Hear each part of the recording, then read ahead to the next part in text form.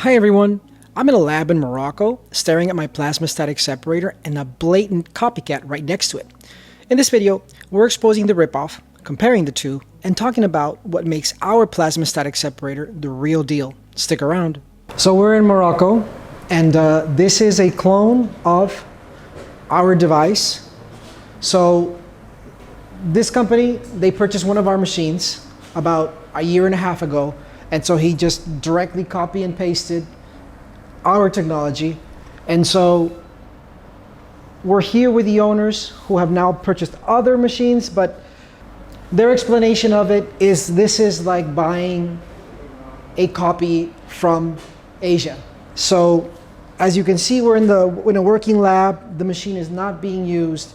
And that's because at the end of the day, quality beats price any day. And so in practice, it's just inconvenient to use the machine because they are unable to produce the quality of the final product than they can with the original plasma static. And so I don't want to give away the ingredients to the sauce, but some notable differences in the two machines that really affect the performance. Number one is the build, because they purchased an extruded aluminum machine, so of course they're using extruded aluminum, and they're using aluminum panels. And you don't want to use aluminum panels with static electricity because there's going to be some sort of oxidation. So all of this stuff that's being produced with aluminum in it, you have the propensity of oxidation, and that's going to end up in your hash. So at some point, I hope that doesn't happen, that there's going to be some sort of contamination and somebody might actually get sick by what this company unscrupulously is doing. And so we can look at the diffuser. We did hours and hours of simulation on how the diffuser is best to perform. This device, the way it's done, there is zero simulation, there is just zero research in it, and you have to create a laminar flow, so they have a free fall. That means that they just fall gently on their own accord without being, shot out, because if the particles are falling fast, what happens is they have to be pulled apart. And so the attraction has to compensate for the velocity of the particle. And so if the particles are coming out fast, it's difficult for them to separate and to separate cleanly. And it all starts with the design of this. And so the design of the diffuser has to do with the hose.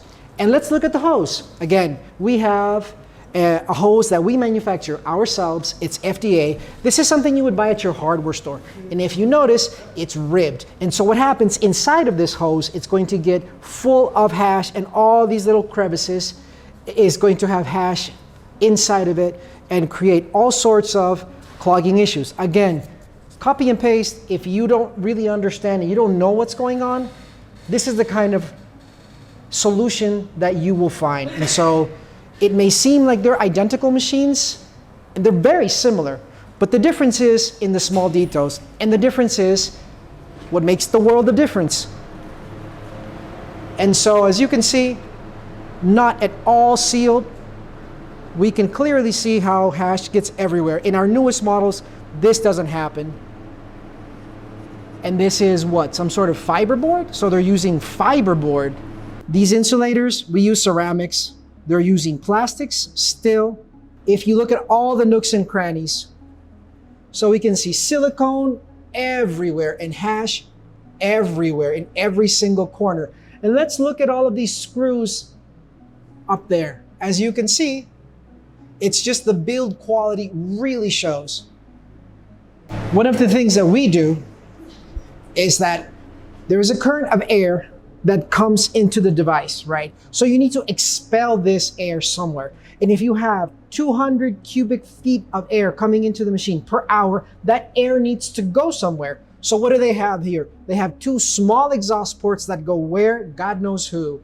You need to send those somewhere, right? So you need a place for you to put an exhaust, to connect an exhaust, and we have two 4-inch exhaust ports to get rid of the air, and that can go into a cyclone to collect any kind of dust. And so you can see in this lab, there's dust everywhere because dust management is not taken into account.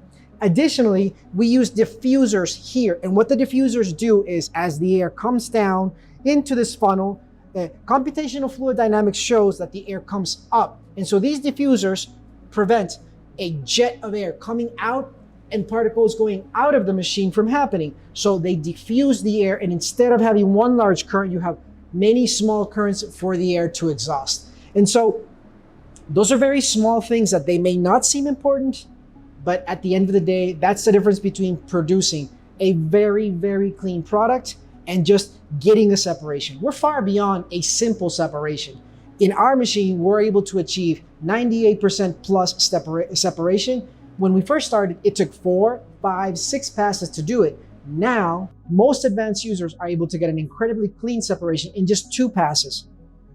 So all of the research that we've been doing for the last 2 years is obvious. And of course, because they haven't purchased another machine, they don't know where we are today with the technology. So if you want to go back in time, this is what you're going to buy.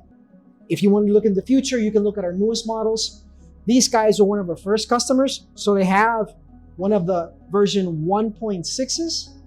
And so these guys bought a version 1.4. So they're way beyond. Right now, we're at version 1.8 at the filming of this video. Yeah, look at some quality engineering. I mean, how are you supposed to open this door? Like, what's going on?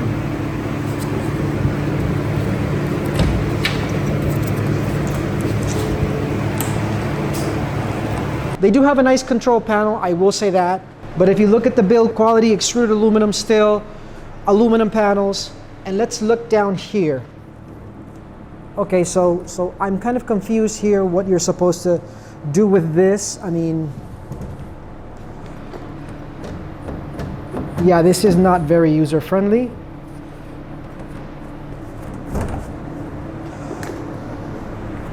So they have a suction feeder, pneumatically powered suction feeder.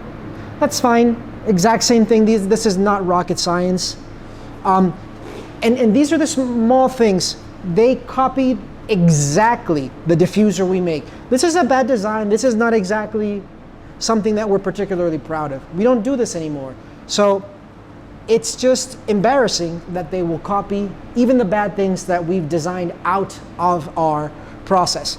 Our new machines, the funnels, are detachable. The problem is when you're emptying the machine, because there's always powder in the machine. When you're emptying the machine, how do you get it out of the machine, right?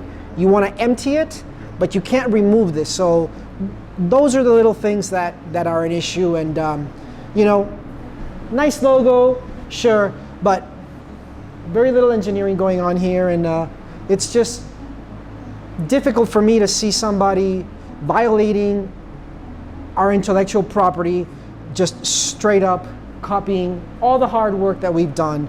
But it is what it is, and we continue innovating, we continue making better products so you guys can create incredible hash, more, better, faster, cleaner. So my reaction yesterday was very emotional. I feel some sort of way about that. I guess I feel like I'm being plagiarized, and it's not a pleasant feeling. But I guess what's lost in that plagiarism is what it takes to make these sort of products. We're fortunate that we have a strong team behind us, you know, from researchers, large companies that are doing the heavy lifting with the engineering, and then taking that academic, that engineering research, creating it into a product, and then putting that product in the hands of professionals that are at the top of the industry, that can give us feedback both on the quality of the final products and the ease of use of the machines, so that we can go back to the drawing board and refine these products. And it shows, because our early versions of the machine, in this case, this particular lab, they had our machine.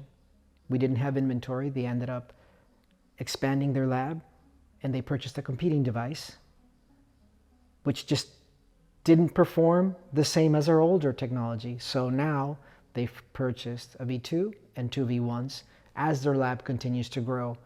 So am I happy about this situation? No, I'm not. Obviously, I have a reaction.